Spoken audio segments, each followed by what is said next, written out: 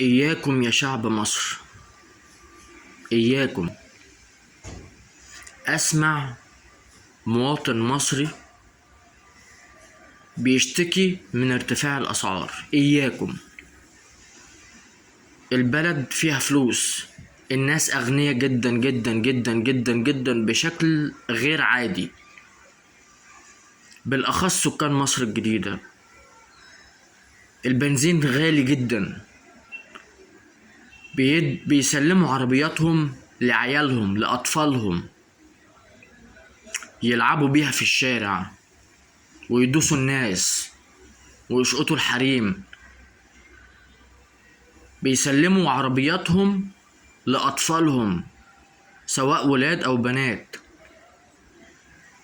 بنزين غالي وعادي ولا يفرق معاهم في حاجة. دول تجار مخدرات. أي حد بالنسبة له الفلوس سهلة ده تاجر مخدرات.